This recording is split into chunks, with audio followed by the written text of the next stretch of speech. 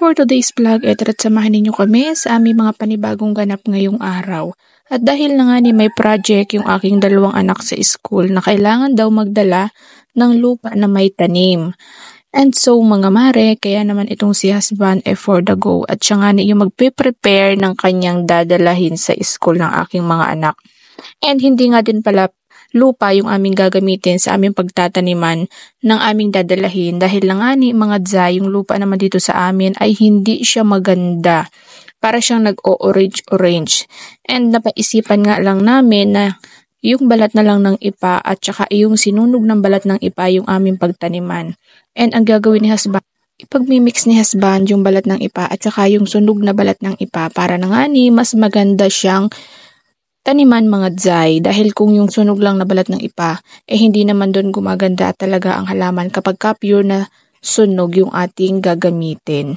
And ganito lang din kasi yung aking ginagamit sa aking mga halaman at proven and tested na maganda po dito itanim ang halaman at maganda rin siyang gamitin kung nais ninyong magtanim ng inyong halaman mga dzay. At dahil na nga ni mga dzay wala akong available na black bag kaya ang ginamit na lang namin ay basket at sako yung aming paglalagyan. At yung sa aking bunso, ang aking pinaglagyan ay basket tapos ang itatanim na lang namin ay luya dahil na nga ni yun lang yung available dito sa akin mga dzay. And ayan yung aking luya. And napakatagal na din niya sa akin. Nanghihinayang nga sana ako na itong luyang akin dalahin sa school dahil na nga ni wala na akong iba nito.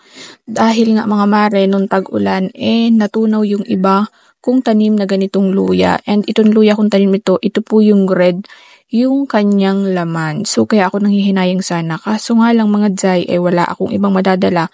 Kaya ito na lang din talaga yung aking inilagay. Nagtira na lang ako ng maliit na puno para sa akin and pararamihin ko na lang siya. At dati naman kasi sana meron ako dito mga tanim na mga pailan-ilan na gulayin kaso nga lang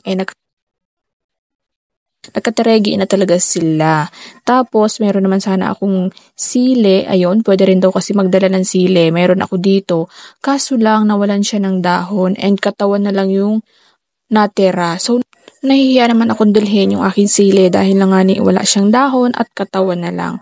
Kaya nga ni mga dzay, sa susunod talaga na year kapag ganitong marapit ng mag-project, ang na magdala ng mga halamang gulay sa school ay talagang magtatanim na ako para hindi ako mahirapan kung saan ako kukuha ng aking dadalahin. And yung sa panganay ko nga pala, ang dadalhin na lang niya ay yung minix na balat ng ipa at saka yung sunog na balat ng ipa mga dzay. And ito nga sana pala pang-upload ko pa nung nakaraan kaso nga lang hindi ko na i-edit. And then sana kahapon ko pa ito i-upload kaso nga lang ang nangyari alam nyo na nagkaroon ng biglang sakuna. Kaya mga dzay kahapon hindi rin ako nakapag-upload sa inyo dahil lang nga na sobrang busy ako at talagang nawala ako sa sarili na magawa ng aking content. So kaya ang nangyari wala tayong na-upload.